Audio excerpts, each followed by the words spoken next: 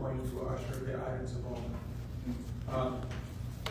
Next item we're going to discuss is we have a presentation from the Napa anti-human trafficking special unit, who will be giving us a presentation. And Chief, you want to get in charge? Of course, thank you. So since you are in Napa, it would be nice to have the detectives that specialize in human trafficking investigations present to you, just so that you can see the backside of our work that parallels with the work of this board. And so the Special Investigations Bureau is a collaborative team, several different departments within Napa County. They'll tell you the rest of it, so I don't want to steal some of their thunder. But Commander is Ward here, and is the team of detectives, and we have All right, thank you. Ryan Ward from the Napa Sheriff's Office. I'm a lieutenant with the Sheriff's Office. I've been there for almost 20 years now. The last 2.5 years, I've been assigned as the Task Force Commander for the Napa Special Investigations Bureau. So we'll get into our assignments and things like that in a minute, but I'll let them introduce themselves. Hello, Richard Scannell, with the Napa PD, currently assigned to the Napa Special Investigations Bureau. Been here for about 2.5 years. Been with Napa PD since 2017. Prior to that, I was with Contrast County Deputy for 2 years. Good afternoon. My name is Joe Dorworth. I'm an investigator with the Napa County District Attorney's Office. I've been in NSID as my primary assignment for about just over 6 years. And we'll go through, this is my 27th year of work for a number of sheriff's offices prior to the DA's office. Hello, Josh Tony, only been in NSID proxy. Sorry, I had a little coffee. Sorry, I've been in NSID approximately 1 year in law enforcement and various agencies. We've got the PD and the Sheriff's Office where I'm currently at right now for about 10 years. All right, so now the Special Investigations Bureau. We are a countywide task force, so we've got the Sheriff's Office here, the Police Department, and the District Attorney's Office represented. We also have somebody from CHP, Homeland Security, Napa Probation, and Calistoga PD and San Leandro Police Department both provide funding for our task force for our secretary. Enforcement. So our primary focus is in narcotics and going after dealers and suppliers, the manufacturers of narcotics within Napa County. We also have focused on human trafficking now for the last probably 5-10 years. It's picked up here, and we'll discuss that in a little bit. And also illegal firearms, ghost guns, illegally possessed firearms, things like that. Most of the time, all three of those are working in conjunction. A lot of our cases include narcotics, human trafficking, and firearms. Investigations. Since fentanyl is obviously, it's all across the country, people are overdosing. It's a huge problem. It's a huge problem here in Napa as well, albeit on a different scale, but it's still the same. People are being impacted here quite a bit. The majority of the fentanyl is not coming from Napa, which is a good thing for us. At the same time, people are still getting their hands on it, we're still passing away, we're still selling it, and so we have a huge focus on that. Drug endangered children. Anytime a child is around narcotics, when somebody overdoses, or it's reported that they're within arm's reach of narcotics and the child gets to ingest that, that's a huge problem. We want to investigate that, so we're called out to do that. Intelligence. We manage the confidential informants, so people that want to provide us information for the betterment of the community or for another reason, we manage them. Surveillance. We are the primary undercover detectives in the county, so we do surveillance for all the other agencies in the county, as well as our cases. And education. We have all this stuff. We're the experts in this. We testify in court as experts, and we would only be doing the rest of the community service if we're actually sharing that information. So community outreach is a big part of what we do. We do teach drug trends. We talk about human trafficking. We talk with optimist groups and different community groups throughout the county. Alley agency training. We don't like to keep all the information within ourselves because a lot of what we do is coming from tips and information from other law enforcement agencies in the county. And if they don't know what we know, they can't share that information for us. So we go out, make an effort to train those other agencies as well.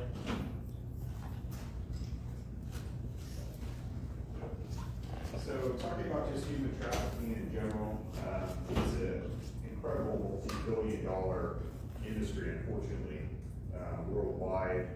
San Francisco in general, there's several hubs, right, that most people know. Some of the tracks, we like to call the bigger ones: San Francisco, Las Vegas, Reno to a lesser extent, San Diego, LA area, Fresno, believe it or not, it's also a hub. And you'll see when we start doing these investigations and we use some different resources that we have, we can see victims being trafficked in these areas. NSW has had, we got a trafficker from San Bernardino that came up on a bus to traffic one of our undercover accounts. We took them off the bus station in Oakland, so they travel quite a bit. A lot of the stuff is largely unreported.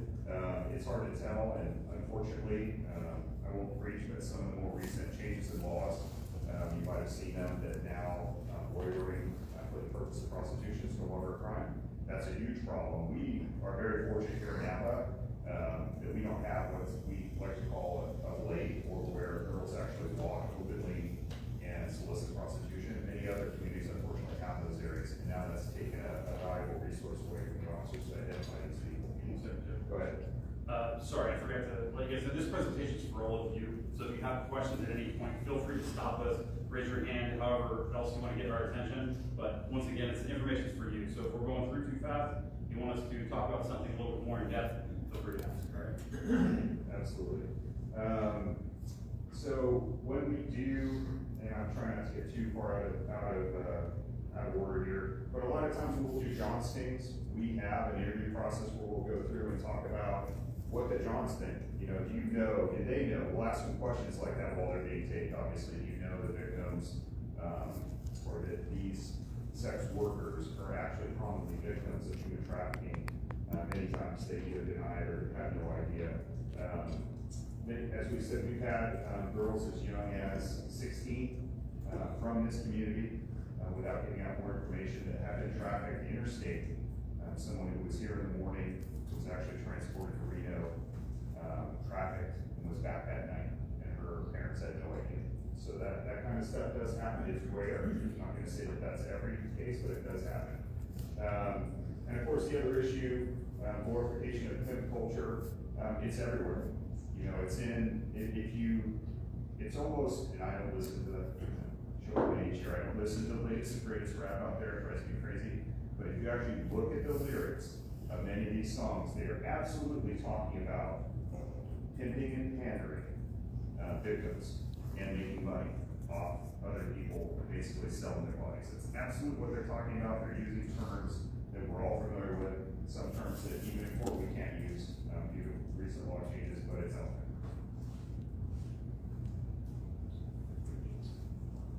Okay, we take a victim-centered approach on all of our types of operations. We have rescue operations, and we'll go more in depth on those, in which we pose as victims, and then we solicit. We pose as victims, and then we pose as Johns and victims on all these. And then during the rescue operation, when we order up a potential victim, we try to contact that victim as that victim meets us at the door or whatever we do, and try to get that person resources to get them off the street and out of the life. At the same time, we also try to go after the trafficker, if that trafficker transports that person. So to touch on the victim-centered approach again a little bit, just to confirm that everybody knows what we're talking about. In a victim-centered approach, you have a female or male that's doing prostitution. We're not going after them as a suspect for prostitution. We recognize that they're doing that because they've been forced into this, they've been tricked into this, they feel like there's nothing else to do, so they do that. Some of them have been caught before, and they continue to do it because they have no other choice. They're doing that to make money, or they're doing that because they were promised things and are hoping that those promises are going to come true. So we don't do that. We rescue them, if you will, and try to provide them resources that we can provide to the county. Yes, ma'am. What's your approach to victims that are too afraid to cooperate? Well, I can talk about that really from the liaison's perspective. So our goal, and we've never charged no person who's basically actively prostituting, even though they committed that misdemeanor, no one's ever been charged here. So we have different advocates, either from the DA's office, we've also integrated with, to a lesser extent, using Aldea, as well as some federal partners. And so if they won't talk to us, we try and give them other people they can talk to, even if it's not to prosecute. So they don't have to cooperate with us to receive services. It's their option. I'm specifically talking about victims that are too afraid to traffickers to cooperate. Well, if we have to have a base level, we can't separate them. So in other words, many times the traffickers, without going too far into depth, don't show up with their victims. So we can only go off what we have. We've tried different ways to do this. We've seized their phones and provided them with new phones and wrote warrants to look at what's on their phone to try and identify that trafficker without their assistance. It's very difficult. It can be done, but it is very difficult to make a case without their cooperation because the coercion, the fear, the force, all of those things, whether it was done by promises of love or a boyfriend type relationship, or at least that's what was presented to them. That's extremely difficult in front of a jury to prove. So very hard case, but we try.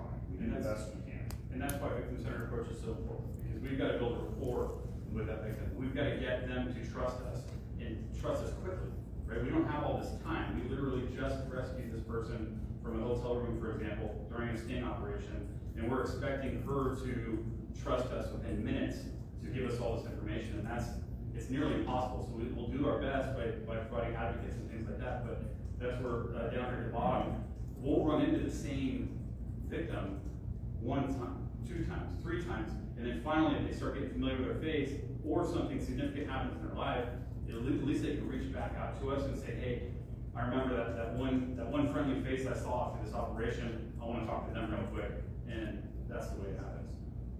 Yes, ma'am. How many of your cases deal with massage businesses? So again, sorry about that. I'm familiar with 2 or 3 in the past 6 years where we've had specific complaints about specific businesses. Put a lot of S's there, sorry. And very fortunately for us, we were able to get both of them shut down indirectly. So in other words, the owners, once we basically hit that place with an undercover, the solicitation was made, we came in, did our investigation, they closed down and never opened up again. And on a side note to that, not to get too far in the weeds, the police department is integrating with us, so when new businesses and or new massage therapists apply in this county, we do what we can to do to help them with a background on that so that we don't get the same businesses that open up 12 doors down. And so you're going to work more with massage therapists on how to like deter perps, Johns, whatever. So we don't have too many. Maybe I'm misunderstanding your question. We've only had one case where we had an active massage parlor that was performing sex acts for money that was right next to an actual massage parlor where people were coming in, and that generated a ton of complaints, and that one was shut down. So I'm only familiar with one like that. Most of the others, believe it or not, and this is very fortunate, kind of fast forward again, not to take up too much time. There is a website out there, it's a public website, it's called Roadmaps. Yeah.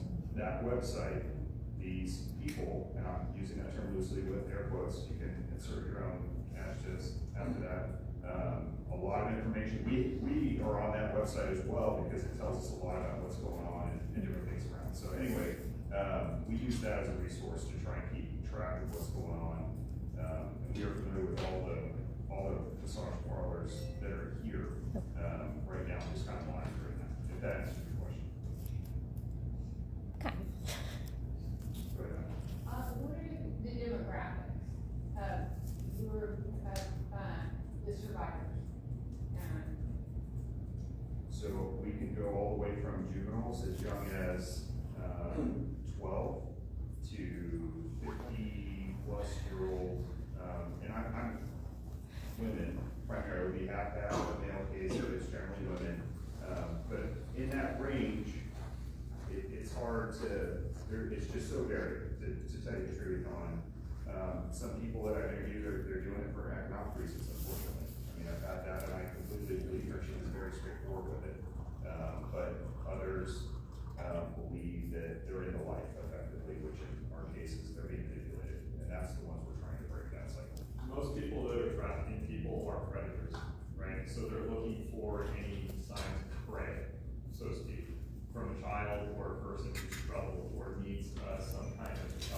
fit in their life or need some financial gain, they will fill that gap. And that process, that's extremely diverse when it comes to a person that they're trying to with.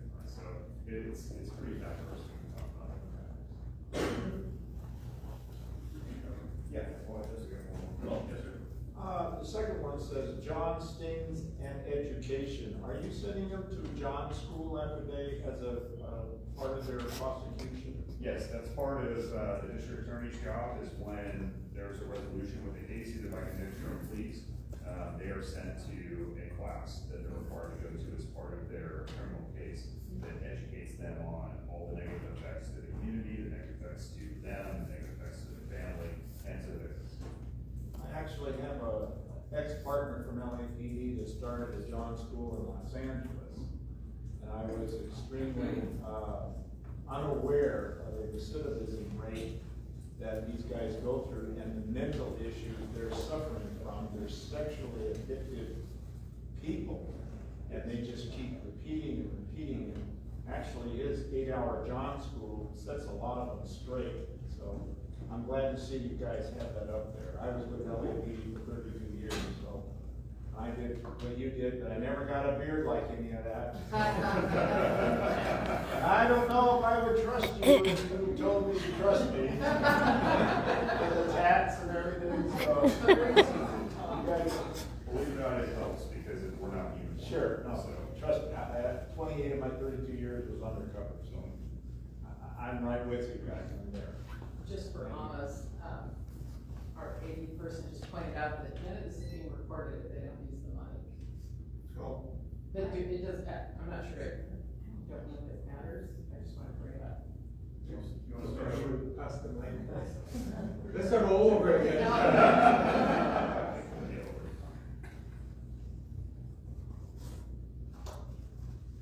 Jeff? All right, so, just briefly, sorry, here we go. I'll try not to blow the mic right out here, I kind of talk loud.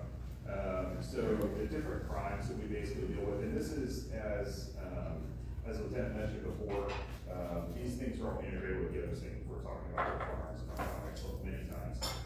So tipping, obviously that's what we're primarily dealing with when we have someone that's actually, I'm sorry, I'm using some of the terms of like running a girl, they would actually be pimping them out, which means they're taking some form of money from them for the sex acts that they're doing, and they're aware of it. So pandering is just trying to influence someone to basically, so they can pimp them out. So that could be, and these can be charges attempts as well. So if they're trying to do it, even if we have a fake profile or a fake person, or it's one of us, actually in a UC capacity, where they believe it's a girl, that can also apply. Human trafficking is the hardest to prove, but the primary difference between these two things is force or fear. So, and this, don't quote me on this, I'm sorry, I should have researched this. I believe it's 14 and under, this is presumed. So, which is sad to say, in my opinion, it should be any juvenile, but I write the law, so. And then of course, on the most basic level, this prostitution misdemeanor, as I said before, we've never charged anybody with this. It's basically just used as a tool so that we can detain them while we're doing our investigation. They admit a crime, they can't just give us the finger and say they haven't done anything and walk away. So, and that's, I'm more personal, that's why I think that they should not legalize prostitution here, because it's really, that would take one more tool out that we can use. So, any questions on that before we go on to the next slide? And then for the 647B, we do charge the Johns during the Yes. Johns thing. So if you're actively attempting to get with a commercial sex worker, we will charge the person trying to solicit it with 647B. We just won't charge the victim. So you want to talk more about the demand side of the case thing? So demand, well, obviously we're talking about supply and demand. So just looking at our primary website, well, I won't even say the name of it, but anyway, there's a primary website that we use out here. I just did for the past 7 days, about 155 ads within Napa County.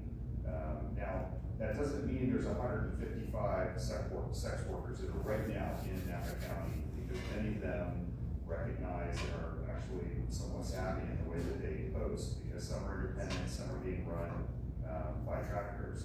So they post in many, many different cities to try and get people to contact them. So we're familiar, as I was just talking to Josh earlier today, you see them out and about, some that we've dealt with before. The demand is extremely high, as we've seen when we're actually do our undercover stints to try and recover the victims. It's even hard for them they're communicating with multiple people for sex, basically buyers at the same time. So that's why we do the John stings, to try and basically tamp down that demand so that these people are not victimized as much as we know they are being. Yes, ma'am, get your hand up again. Yes. So I'm a legitimate massage therapist. If a John came to me and I worked in Napa, what recourse do I have? Do I call the cops about someone coming in and trying to solicitate me? Yes, absolutely. Your first point of contact as a business owner, call either the police department, the sheriff's office, either your city or whatever municipality that you work in, let them know, and then hopefully they can come up, show up, identify that person, and then we can take it from there to do further follow-up if they need that help. We're always available as a resource to try and keep them. And if it became a regular thing, then obviously it's restraining orders and other things that can go into place, but that's kind of down the line. But initially, yeah, first one, we're not that 911 call. We're a 911 call as a resource for police department, sheriff's office, any other agency, but they're the ones driving the patrol cars, have the guns, they're gonna come get that person right now. Okay. Because I know some people are scared to call the cops and like try to report something because they're not sure if they're just scared. Well, I can tell you they should be, because their whole job is to service the taxpayers, and that's you. So please don't be afraid. There's been a lot of training. There doesn't mean that something bad's gonna happen. That's their job. People are trained with de-escalation. Been doing this for 27 years. They're there to help you. So if you don't call them, they can't help. So we want to have that good relationship with the community. Okay, thank you. With that, can we talk about mobile massage just from, we're in a tourism area, high tourism area, so from mobile massage as opposed to brick and mortar kind of established massage parlor. Because this board covers the entire state, so they also have other communities in tourism. So there are those people, obviously, that are out there that they advertise in different areas that they'll bring a massage, different massage services to different people. We have not dealt with any of those personally, so I'm not going to say that I'm an expert. All I can tell you is that the same thing applies with anything else.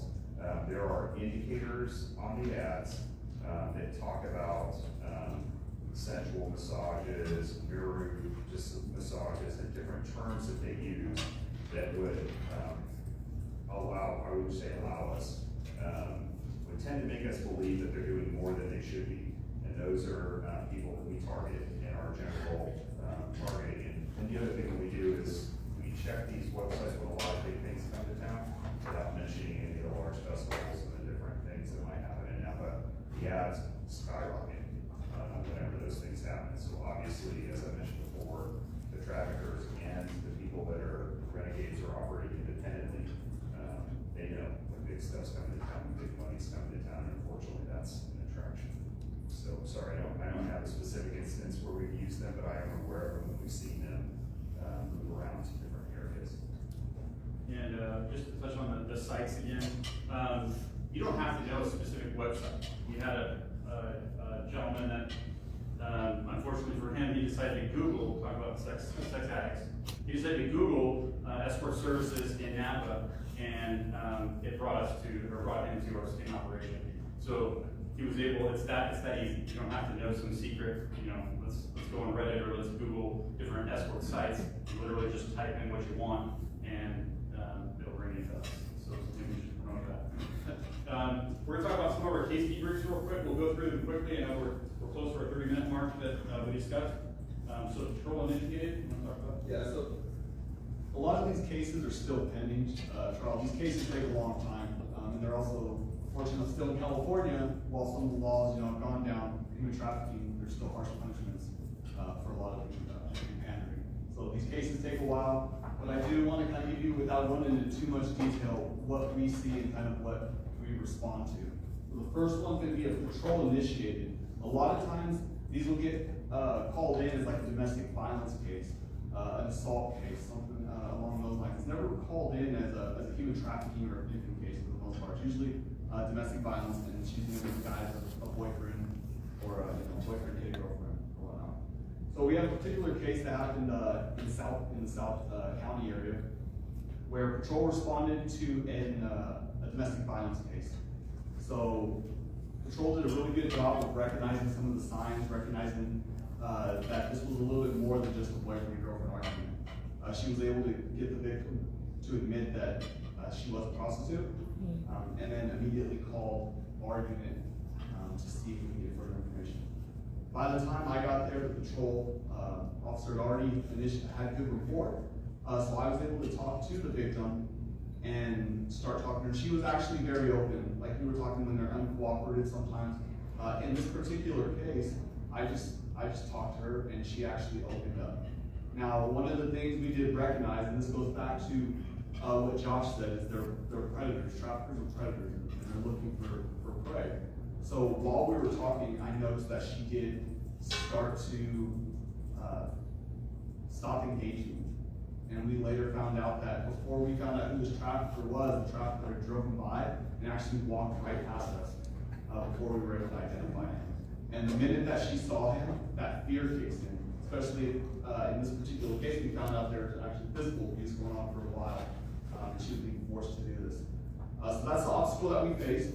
However, we do have resources. We were able to provide her with our local resources here in downtown, just next door. We have a facility, a victim facility. Brought her down there, and she was able to give us a statement. She provided us a statement in which we were able to write additional follow-up warrants. We ended up locating the suspect, wrote a couple of warrants for his house, and inside of the house, we located a loaded unregistered firearm, a bunch of equipment for making false documents, false credit cards, fraud, and then drug-related stuff as well.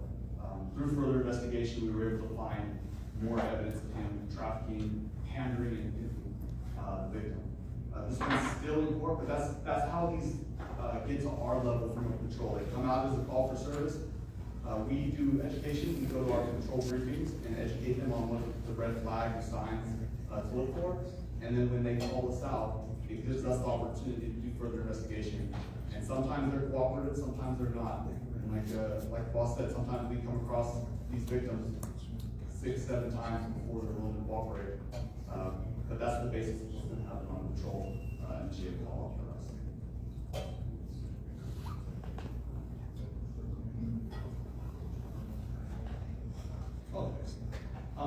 We already talked about the rescue and John and the massage parlor operations we do. Like Joe said, we do work with our permit, not PD's permit department, and we do our own background. So just because you're a massage here for CMT, sometimes there's background information and law enforcement databases that we can use to link a lot of these massage parlors together. Before I was in the unit, they did a massage parlor investigation, led to LA, and Joe, it led to a big organization. It was I believe it was a Chinese, it had Chinese ties, and it was in the millions of dollars in which the money was going to down in LA. So again, there's deconfliction, and there's databases that we can check to see if any of the massage therapists are associated with these, because that can also help us determine if there's a massage parlor that's illegitimate and maybe not on one of those websites. But for those, a lot of the time the approach we're taking is we'll get a complaint from citizens, we'll do our investigation, we'll check our websites, we'll do confirmation, we'll do undercover, and then most of the times once we serve search warrants on these establishments, they shut down pretty quick. And then the ultimate goal is to prevent them from popping up again under new business names. So that's what we're doing. Before any massage permits are granted, they go through our department, and we do a thorough background on them. Once we've done our search, we let them know, and the permit process continues. Question.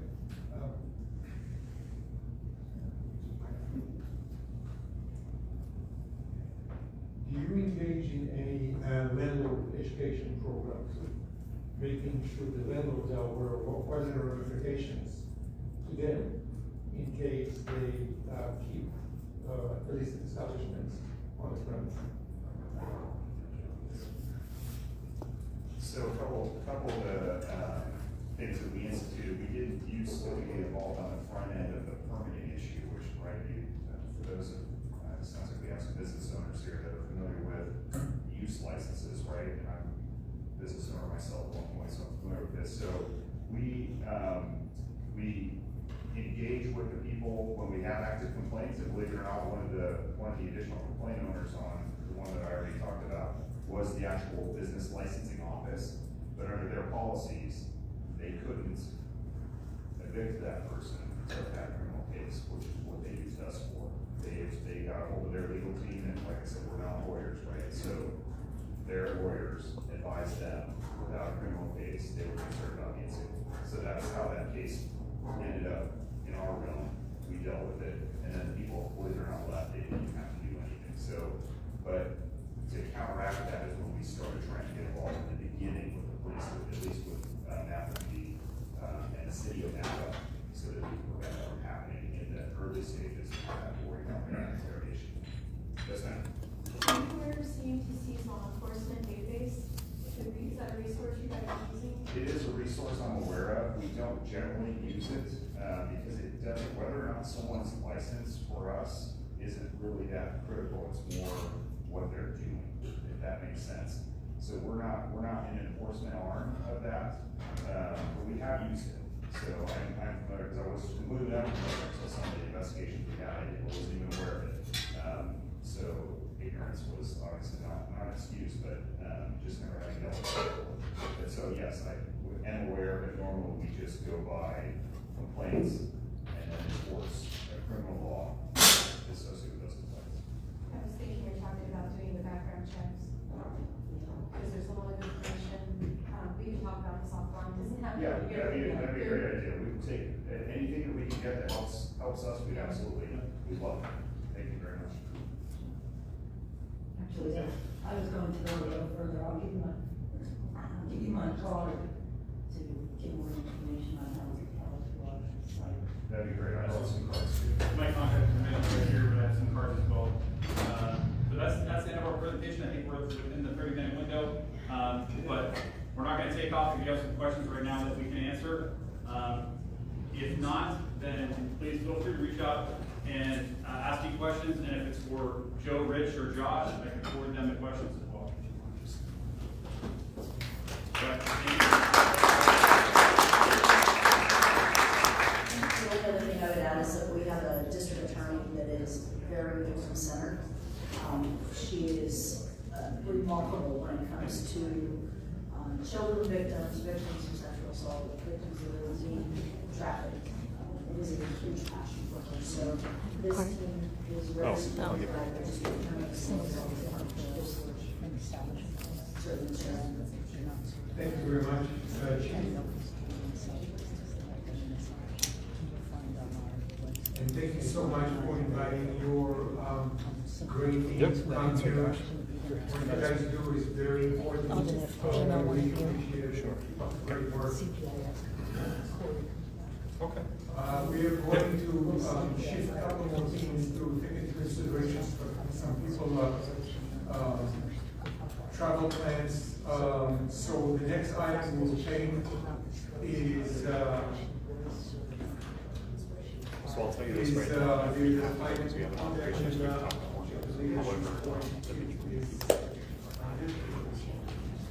They're usually girls and is the discussion about the inlet. well, I'm so sorry.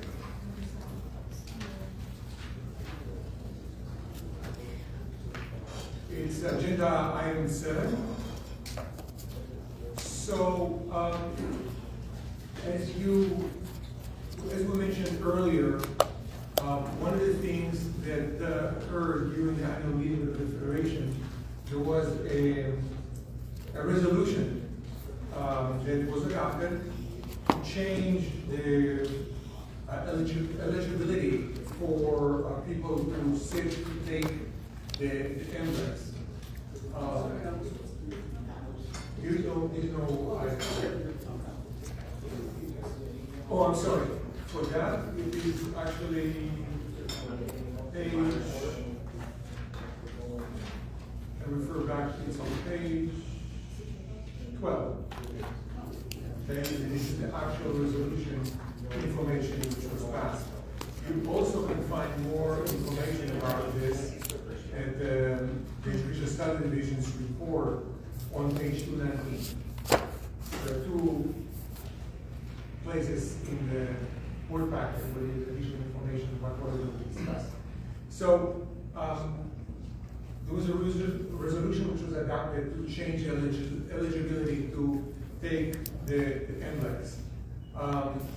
Pretty much what this resolution is doing is specifying that in order to take the NLEX, the candidate need to, this is a very important word, complete the program, which is approved by the Massage Regulatory Oversight Board in that particular state, to provide this program. And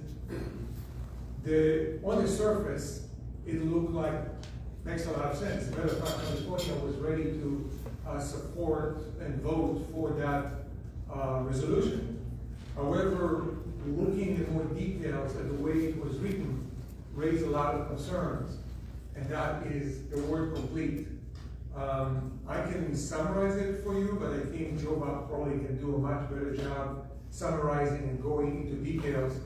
The reason why we gave a lot of thought, and we felt that actually passing that requirement will be detrimental to the profession, and actually will result in what we sometimes see, and that's a concept of unintended consequences, which we understand what the intent was, but the way it was written was actually going to create such an effect in the profession where it's actually going to force lowering the standards instead of raising standards.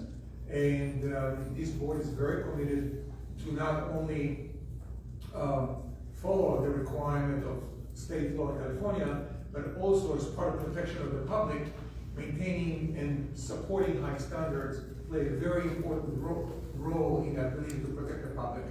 So after analyzing it, we actually voted against that resolution.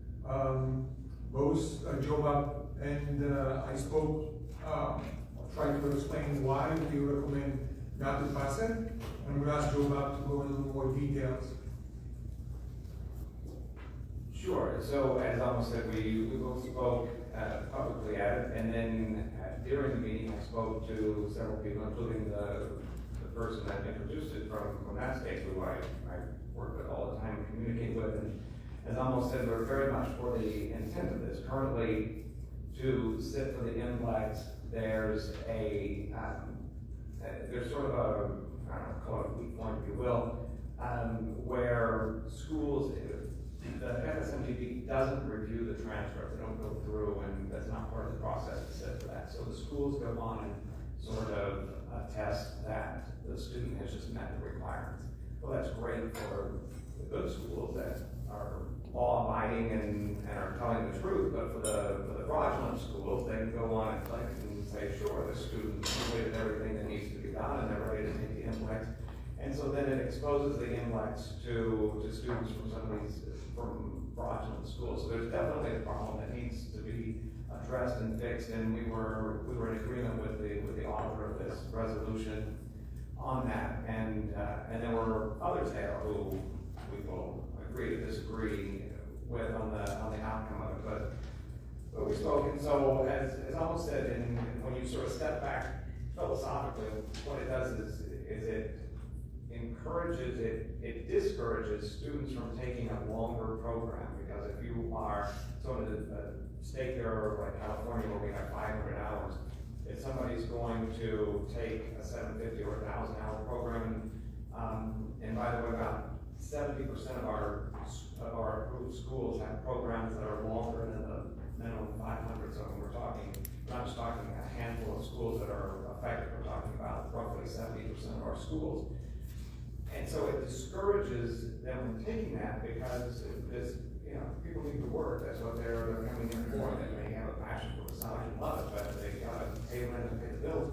So if they can get certified sooner at 500 hours, there's more likelihood that they're gonna go and select that school that they can get through sooner, instead of the other one. Or there's other factors that sort of make it discriminatory. They may not live close to one of those schools. And if the only school that's nearby is one with a longer program, they have to go there and they have to wait until they complete that program to do it. Now, mind you, we don't have, the legislature has suspended the exam requirement for the moment.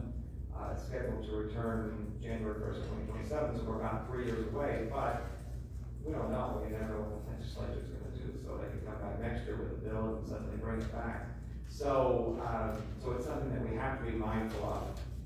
So philosophically, that's a lot of the reason we want to encourage people to go to longer programs if they can. Also, you want to enable those who that's their closest school to be able to go there. And many of the schools that offer federal financial aid are usually, because of the way the federal financial aid system works, they're usually the minimum hours that federal financial aid requires is usually higher than most states, certainly higher than the 500 hours required here in California. So there's a lot of issues with having to complete a program. We brought it up on the school's call last week, and have since heard some rumblings and concerns from some of the schools who are concerned about should the exam requirement, once the suspension is lifted, and coming back, if there's a concern about this, because the NCLEX is the sort of dominant preeminent test around the country, and the one that's most used. So of course, we have multiple tests that the board has approved that could be taken, but this is the primary one. And with this sort of philosophical thing, California, our law, our Massage Therapy Act has in there given us the ability, and so we currently certify people. So if somebody's enrolled in a longer program, as soon as they meet all of the requirements for CMTC certification, then we will certify them, even if they haven't completed their program, because the thinking and theory goes that they have completed the same education that somebody who went to a 500 hour. And so just because they chose to go to a longer program, they shouldn't be punished for that. So that's our current law, and currently how we operate in doing that. This would effectively change that, because for those students that take the index, they would now have to wait. So it would sort of override kind of the system that we have in place at this point. But that was our concern. We were certainly all for the intent of it. It's not implemented, I will say that, and I don't know if it's supposed to be implemented sometime in 2024. I'm sure there's some details of what not to be worked out with the implementation of it. So I think there's some questions that are out there to remain, but it's definitely a concern from the education perspective. Thank you, Joe Bob. I'm also going to share with you that when I got back from the SMTV annual meeting Saturday evening, by Sunday morning, the phone started ringing off the hook from schools throughout the state. It was amazing how the word even got out. So people are very nervous about that. People, mainly schools in California. And even though currently it's kind of a theoretical situation for us, because there is no exam requirement is suspended, we are pursuing furthering the conversation about bringing the exam back, and the legislature can also choose to bring it earlier. But beyond that, many of the schools cannot change on a dime. This educational program have to be submitted to various agencies and approved, and it's not like something that it can do overnight. So there's a tremendous concern that I'm hearing from our approved schools about the NCLEX being currently one of our approved exams. So So this is something that we definitely need to think about and address. Do you have any thoughts about that? Any further thoughts? I think it's, sure, I think there's still a lot to be worked out. And even Mylene and I during the break earlier, we were talking about things. Like I said, I was in conversations with the author of this resolution. I was in conversations with another state delegate who I think is a good friend and a trusted person in the massage education world, who we're sort of on opposite sides of it. So I think there's some questions with that.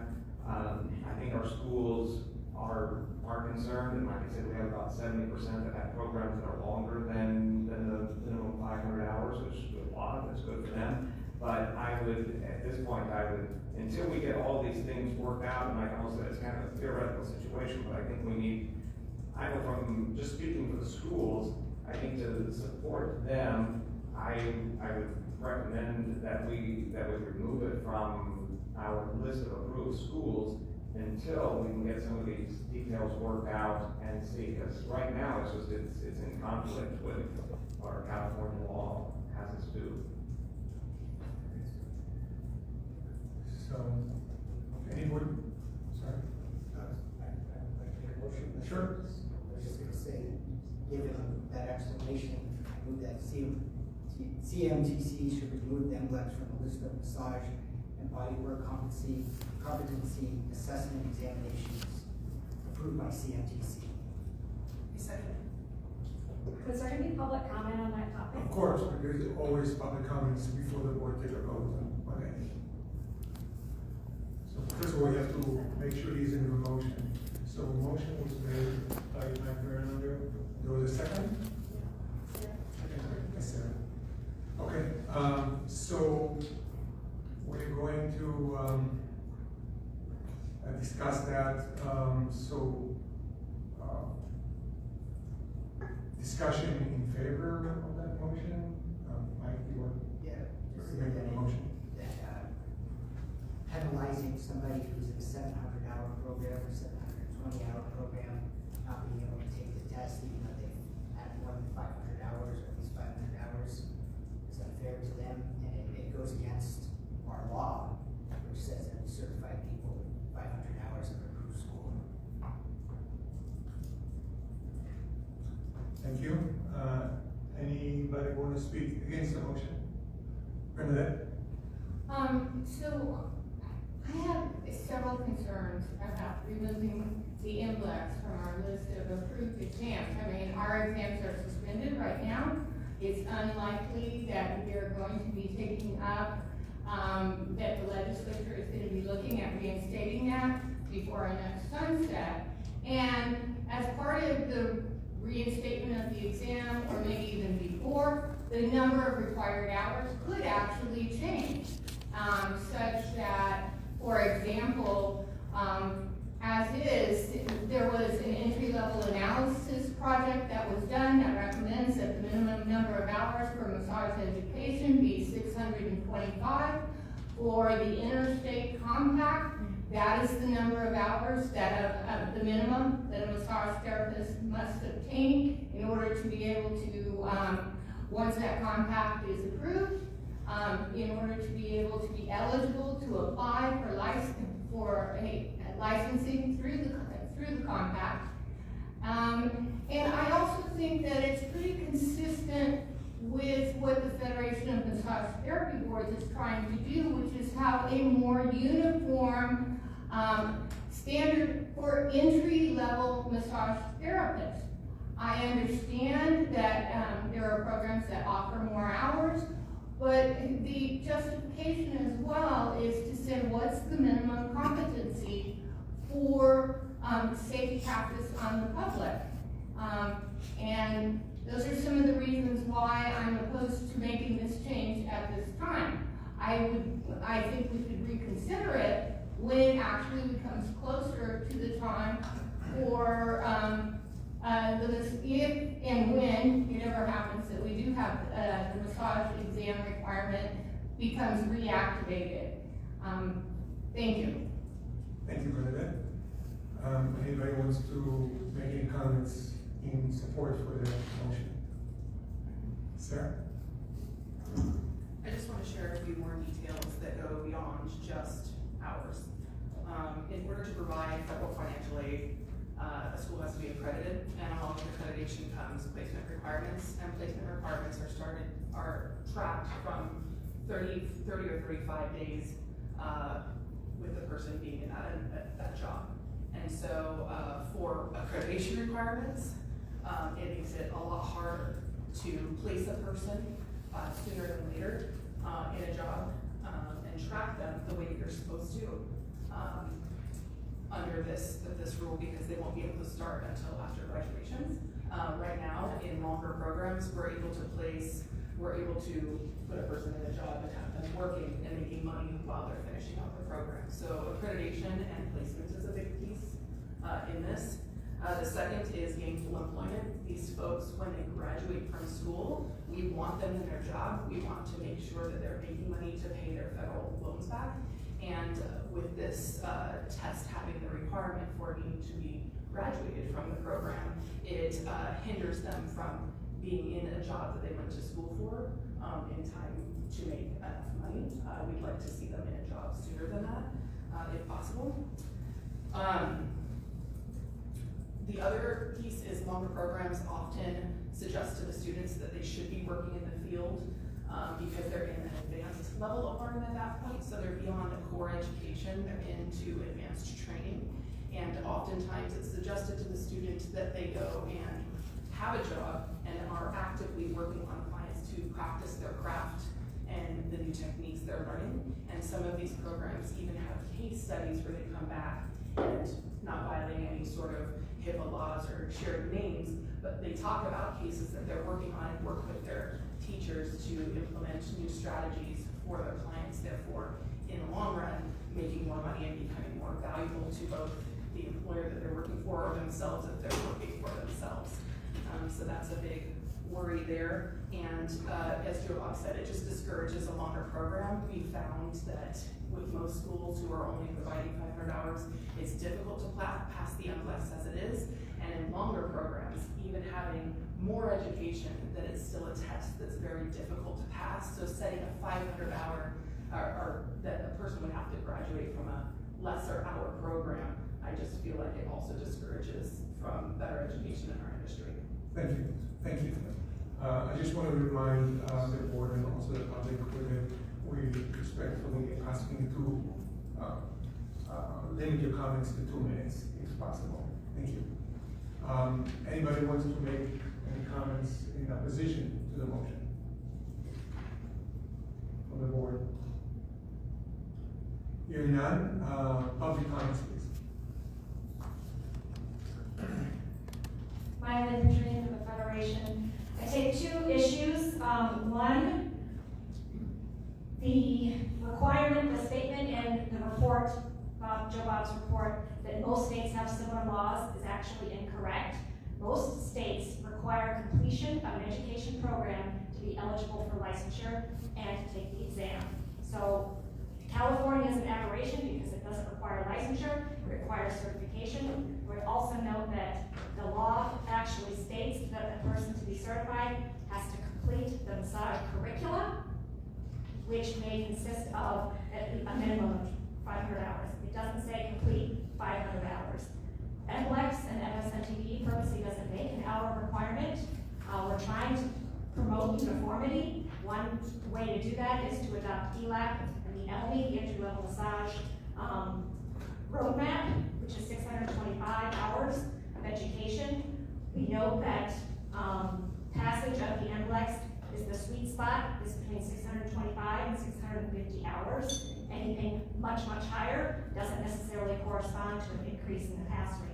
But below 625, you can see a definite decrease in the pass rate of the NLEX. I think that the NLEX and FSMTV's mission, part of it is to promote uniformity. Eliminating the NLEX as an option, I think does a disservice to those massage therapists who may not desire to reside in California for their entire career. Again, I would echo the impact, although I'm not sure that California would adopt the compact. It hasn't adopted any interstate licensing compact thus far. So, but for those therapists who might want to be mobile and follow tourism and spas in winter and summer, it provides them an option for more employment. Thanks. Thank you. In listening to this public comment right now, I ask our special counsel, Alison Siegel, to recheck our state law in regard to our comment which was made here. Alison, can you please address that so the board is educated? Yeah, I just want to read what the Massage Therapy Act says. So the Massage Therapy Act in Business and Professions Code, section 4604 A2A, it's a little down there. I'm sorry, 4604 A2 says the applicant has successfully completed the curricula in massage and related subjects totaling a minimum of 500 hours or the credit unit equivalent that incorporates appropriate school assessment of student knowledge and skills. It doesn't say a program. That's not what the law says. And then it goes on to say that all of the 500 hours shall be from approved schools. And then there's a later portion of it that says the 500 hours may be completed at more than one approved school. So I just wanted to read you what that says. Any other public comments? I think the legal interpretation depends on how you define curriculum. That could be a synonym for program. Why would you not just put 500 hours in, as opposed to a minimum of? Thank you. I'll agree with that statement. Some people, like massage therapy school, has a curriculum where you get to pick and choose. So I think you need to encompass that curriculum, but I feel like people do need the freedom to go to a school that they fit and get education through whatever. And we also need a test. I don't care if it's in less or whatever. Let's get a basic test going. Excuse me, I just, from my own, was that exactly clear? So you were speaking in support and opposition? Oh, to the motion? it's the motion to get rid of the NLEX? Is that the motion? The motion is to, at this point, to remove the NLEX from the list of approved exams by the CAPC. Okay, thank you. Okay. I just want to add, can I ask? Sure.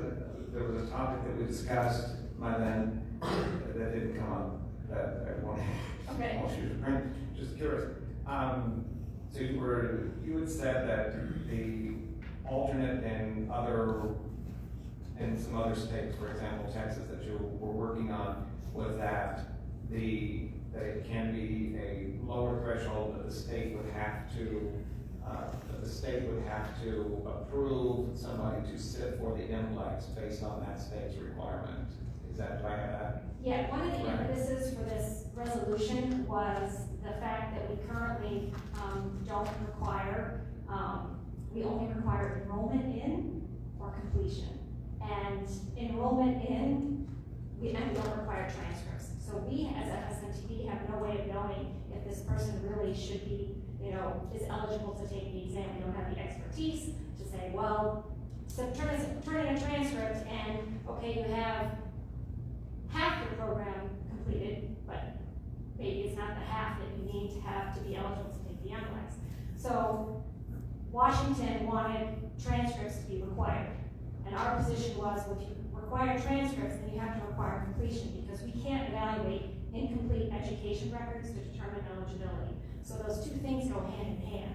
And one of the reasons was to help identify fraud and anti-human trafficking efforts, to see where these diploma mills exist, where individuals are going to school versus where they indicate they live on their NLEX application. And those are all pieces of information that we are able to gather and collect, share with boards and law enforcement with respect to education fraud and anti-human trafficking efforts. So they wanted us to require transcripts, because when the individual then applies for a license or certification, the person says, oh, I went to X school. Well, you told us that But you went to Y school, now why would you go to two different programs? And that's how, a lot of the survivors of human trafficking are identified. But you're working with at least one state where that state tells you, where that state reviews the education first and then tells you that they are eligible to sit for. Yes, and many other healthcare professions, eligibility and approval to test is provided from the regulatory authority in that profession. So nursing, psychology, physical therapy, and massage therapy as a healthcare profession, it would be great if our regulatory evolution could advance along that pathway. In the interim, some states have said, well, we don't want you to, it's hard for us as a state to deny somebody a license when they've already passed the NCLEX. So we want to make sure their education meets our standards before they take the test. And for FSMTD's exam security reasons, we also want only those exposed to the exam who legitimately qualify for licensure or certification. It minimizes exam security risks. And is that in place yet, or is that still in the works? Montana, we do that with on a case-by-case basis, and Texas they have had a rule change where they require approval of the Massage Therapy Advisory Committee to provide approval to test, and we're working with them to implement that. So there are a couple of states that want to do that. Right. And we can also do that for any other jurisdiction who wants to vet the education first. Thank you.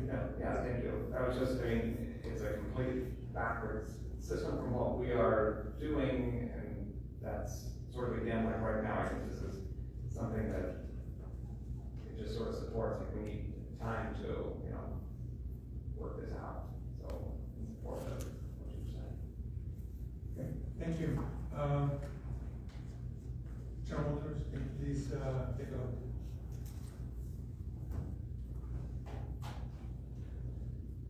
Shannon Faber, Yes. Sarah Fraser, Yes. Jennifer Gonzalez, Yes. Michael Marylander, Yes. Bernadette Murray, No. Martha Soffer, Yes.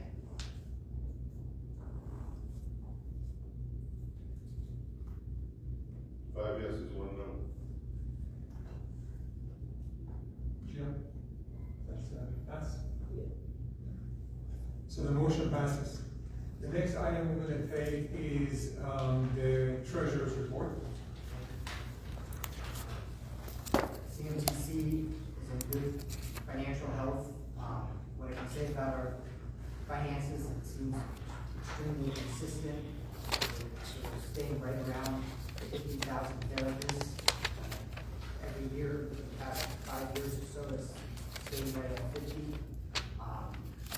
A smaller and smaller share of certification therapists being certified are new therapists with new applications. The vast majority are people that are renewing.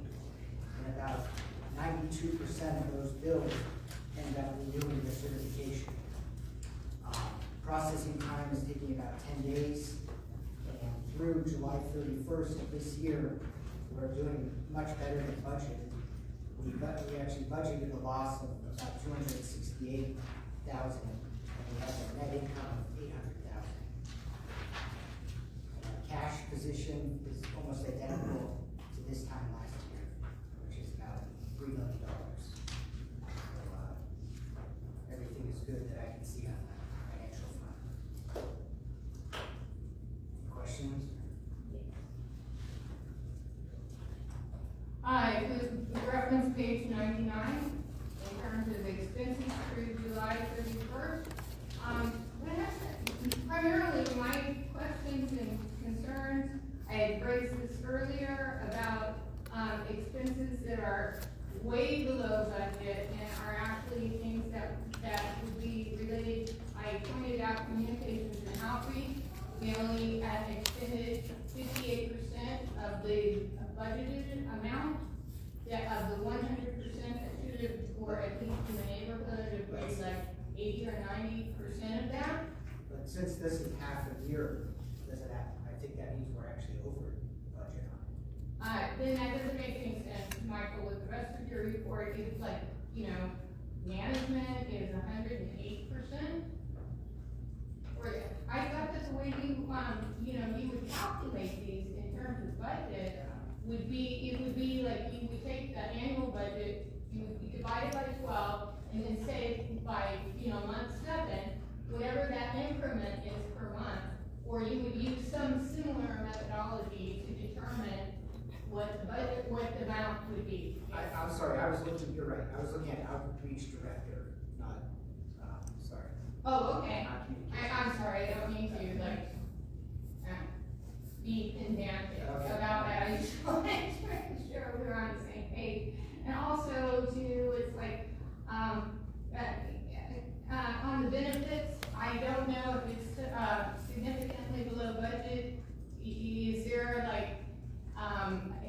that's a timing issue, like the benefits are paid at the end, like any sort of, payments to the retirement accounts and things like that, is that a lump sum at the end of the year? Or is this because we just have fewer employees and that's why our benefits are, so significantly below budget? Yeah, so in regard to both of these great questions that you asked, it's very rare. There are some items on the agenda that you can, in the budget, that you can expect to be equally divided in a 12-month chunks, okay? For example, application processing is pretty much consistent. But to go and say that, for example, outreach it's never spent in the same chunk every month. It's not like that. For example, I can share with you that in the last 30 days, there were 2 major expenses related to outreach totaling $40,000, which all happened in 1 month. So both of these issues, also the employees' benefits, yes, it does that. The contribution happens once a year. It does in one chunk into after calculations that consultants do to fund those accounts. So I think we will be in a much better position to assess whether we went above budget or below budget by the time we hit the end of the year. So you do understand that what's behind my question is not simply a matter of are we, in terms of looking at numbers on the budget, it's like if our budget is based on wanting to achieve our strategic goals and making sure that we're adequately staffed, I'm kind of asking like what's behind the numbers, and I really appreciate this explanation, which is why I was looking at those, because, less is not necessarily good in terms of expenditures. So thank you very much.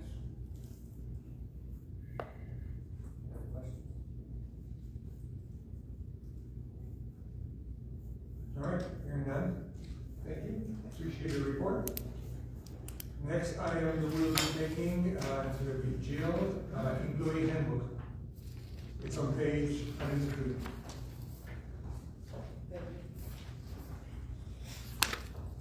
So for the board, California employment law seems to change weekly. It's really only yearly that it's weekly. So trying to keep all my clients' handbooks updated takes a lot of my time. I'm suggesting amendments to our handbook, mostly for new laws that have happened and a couple of cleanups. I'll go through them very quickly. I know we have a big agenda still. So the first proposed change is just in our statement about will. I just didn't write the word will there. I probably wrote it, but I decided that sounded too futuristic. We have the right as business. The second one is sick leave. New law taking effect on January 1.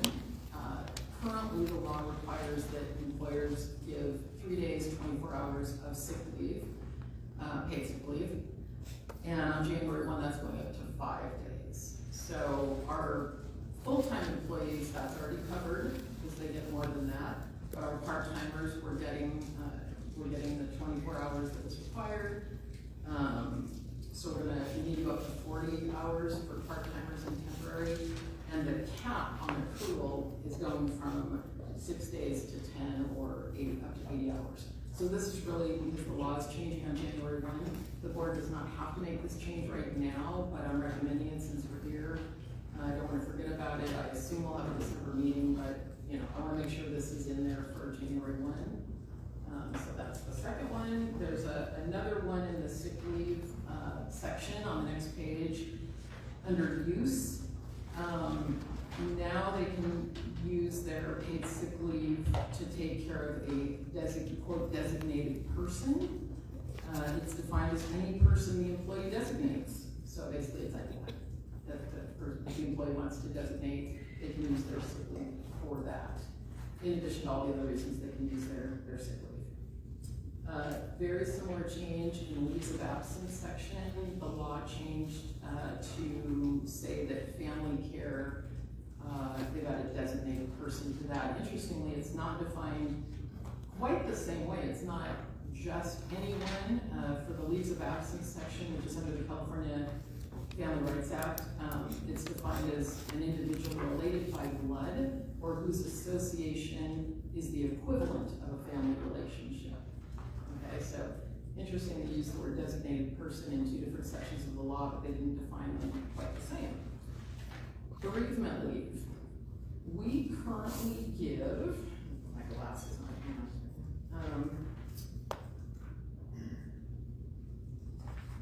We currently have been giving 3 days of paid leave, paid bereavement leave.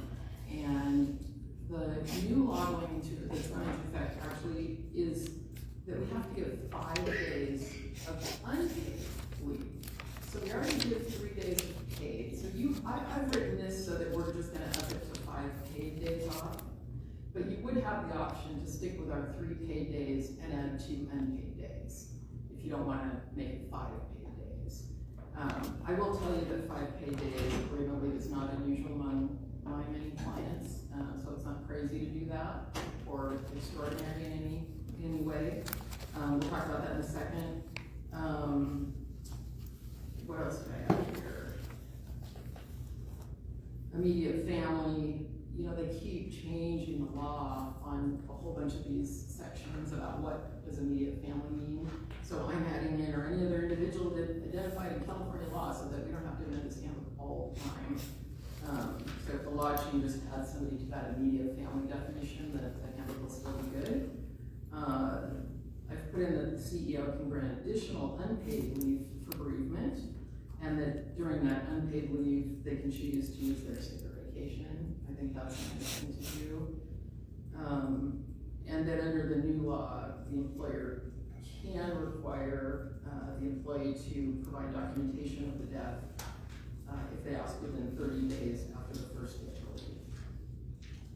So this is really just an update with the new law. Your only decision is, I've written it for 5 paid days, or up to 5 paid days, if the board doesn't want to do that. Any thoughts on that real quick before I move on?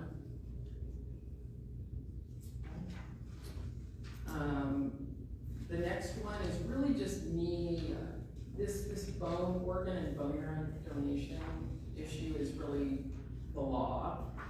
But I realized I didn't like the fact that it didn't talk about hours. When it says 5 days, that they have to use up 5 days of their paid sick or vacation time. I'm clear that that's 40 hours.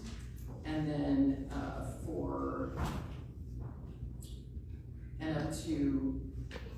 and for organ donation, they have to use up to 2 weeks, it used to say, of their paid sick or vacation for organ donation. 2 weeks is that's not a good way to do it, because 2 weeks could be defined as 14 days, but it's really intended to be 10, like 2 work weeks. So just want to make this clear that it's 80 hours, 10 days, not, I mean, if you say 2 weeks, that's kind of undefined, because it could be 14 days or 10 days. So just clarifying that means they have to use up 10 days or 80 hours of their paid sick or vacation. And the very last one, I'm not going to be able to speak to really, but I can tell you, and I urge you to adopt it. This is language in the technology and privacy section by our security experts. They asked us to add this paragraph to our employee handbook, so I suggest that we do that. Any questions on the ones I can talk about? And if not, would somebody make a motion to approve the amendments as presented? Can I ask just a technical question? operative as of Today. today? Okay, thank you.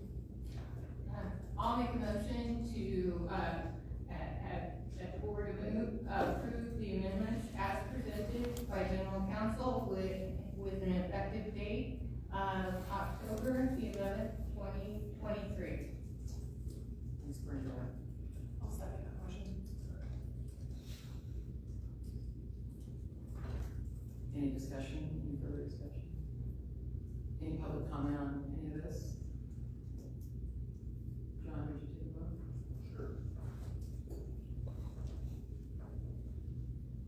Shayna Faber, Yes. Sarah Frazier, Yes. Jennifer Gonzalez, Yes. Michael Merrilander, Bernadette Murray, Yes. Martha Stoffer. Yes. I count the 1, 2, 5 yeses, all yeses. Thank you. Next item is going to be, can be found on page 30. That's the Texas Massage Therapy exam. So I'm going to talk about it very briefly. Originally, the Texas Department of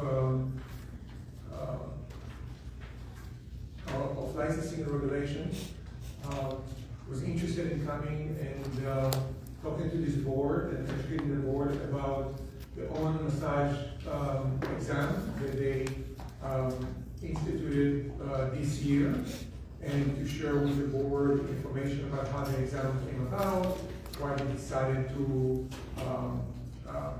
implement such an exam, and some statistics and opportunities result of this exam. Something came up, and they were not able to attend today. So just to brief you why they're here, why we have all this information, and we will see there may be an opportunity in the future meeting for them to come and address the board in regard to what they're doing with the exam. Next, back to Jill. It's on page 68, bylaw amendments.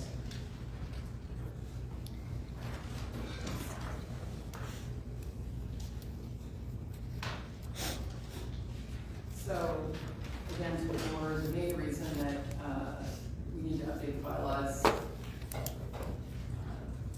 at this meeting is really the lengthy, well, it looks lengthy, it's not actually all that long, it's just easier to read doing it this way, but it's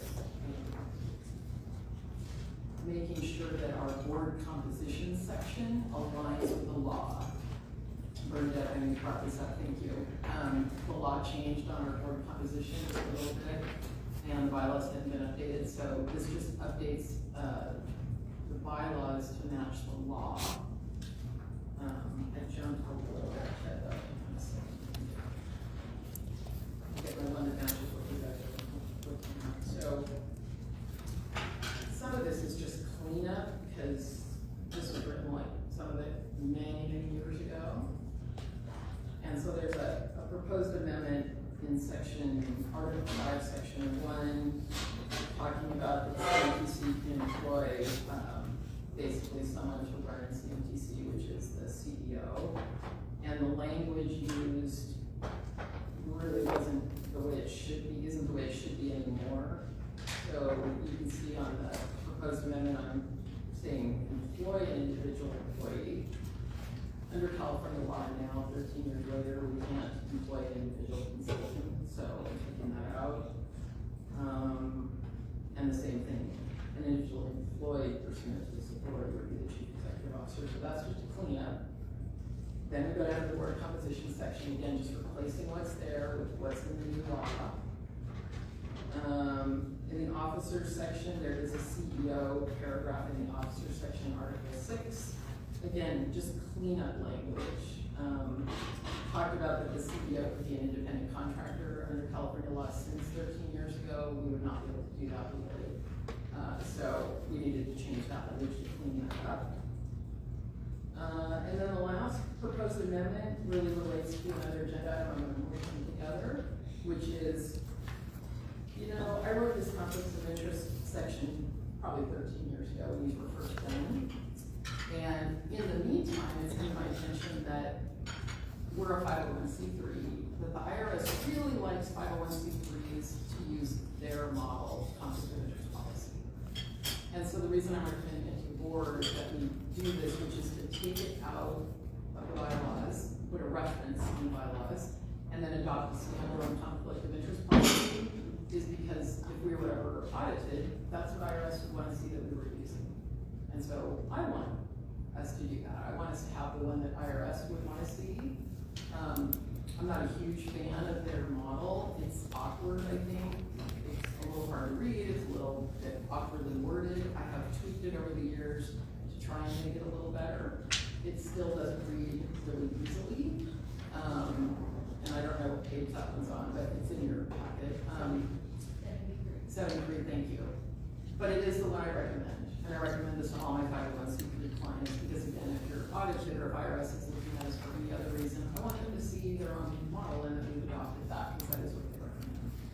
So we're still on bylaw amendments for the moment, but that's why the bylaw amendment, taking out the substance, putting in a reference, and then hopefully you will adopt the standalone one. I hope the board members have all looked at that because if we pass the bylaws, then we really need to, you know, hopefully you'll pass the new conflict of interest policy. And that's the end of that. Well, we need a motion, I guess. And I'm happy to make that motion. I move that we, as the board, approve the proposed amendments as, the amendments as presented by general counsel. Thank you, Brenda. Is there a second? I'll second that. Thanks, Sarah. Any further discussion? Hearing none, any public comment on bylaws? Let's do cleanup. All right, John? You vote? Just one question. So you were doing page 68 and 73, the bylaw amendments and the conflict? Not yet, not yet. No, I just wanted to bring it to their attention because Okay. if they pass the bylaw amendment, then we have to go to the conflict of interest because it's related. So the motion is on On the bylaws. bylaw amendment only? Yes. Shayna Faber, Yes. Sarah Fraser, Yes. Jennifer Gonzalez, Yes. Michael Merrilander, Bernadette Murray, Yes. Martha Stoffer. Yes. Hey Jill, I want to ask you, when someone leaves, can I just cross them off the list when I call the votes, or should I keep calling them? No, you can just cross them off. You don't have to call them. Thank you. Oh, yes. Oh, yes. So I hope the next one is really quick. I did show you what I suggest for the conflict of interest policy. Again, you could ask me questions, I could answer this one. It really is their model and what I recommend that we have. So would anybody like to make a motion to approve it? Question for it. Annually, is that the beginning of the year, end of the year? It's usually at this meeting, actually. We do it along with the board training usually, which is a different item, which I hope we get to. But we usually do it at either this meeting or the December meeting. So are you prepared for us to sign this? I brought two versions. I brought the old version in case you didn't pass it, and I brought a whole bunch of copies of the new version in case you didn't pass it, so. Let's see, Bernadette made a motion, did we have a second? No, I didn't. Oh, you did make a motion on this one, okay. But feel free, Bernadette. Yes. I did have a question about, okay, this is on page 75, underneath paragraph C, underneath Article 5 compensation. So, no board member, elected officer, or committee member whose jurisdiction includes compensation matters and who receives compensation directly or indirectly from the organization is prohibited from providing information to any committee regarding compensation. Maybe that's just the really bad wording that they have from the IRS. Wait, you're in 5. Right, and A, B, or C? C. I'm sorry, I'm in 5 and it's, I'm looking at Article 5 on page 75 and the C part of it. Yeah, if they're not prohibited from providing information, even if they're, see, this is never gonna happen for us because I'm gonna. Well, it seems like why do we have to state that they're not prohibited? Wouldn't it be assumed that they're able to do it unless they are prohibited? Makes sense, because this is part of the authorization I'm talking about. Yeah, that's good. I just wanted to clarify on that I wasn't misreading it when I had originally read it. See, here's the thing, read the beginning of that, no board member, elected officer, or committee member whose jurisdiction includes compensation matters and who receives compensation, start right there. As your general counsel, I'm always gonna recommend that none of you do receive, work for CMTC and be a board member. So this is hopefully never gonna be relevant, because that's always gonna be my recommendation, that board members not also have a paid position. So I hope this will never come up. I hope just generally that the whole Article 5 will never be at issue. And that is often for example, right? I don't wanna get into the weeds here, but I'm also thinking, I thought that our bylaws already stipulate that the board shall not receive, nobody on the board will receive compensation. It is. Yeah. Okay. But again, this is their model, so I'm trying to tinker with it too much. Okay, thank you for answering my question, and if no one else has any questions, I would be willing to take on the responsibility of making this motion also. I'll second. Okay, here we go. Any discussion for? Any discussion for or against? Public comments? Hearing none, John? Shayna Faber, Yes. Sarah Frazier, Yes. Jennifer Gonzalez, Yes. Bernadette Murray, Yes. Martha Stopper. Yes.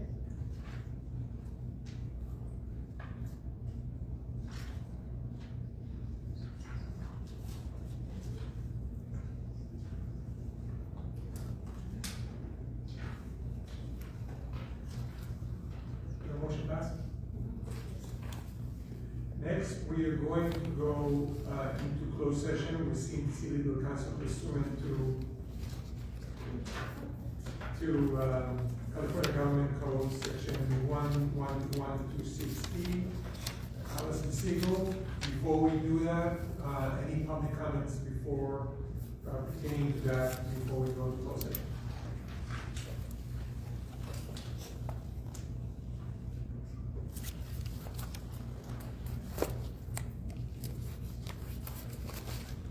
Okay, we're gonna go to closed session.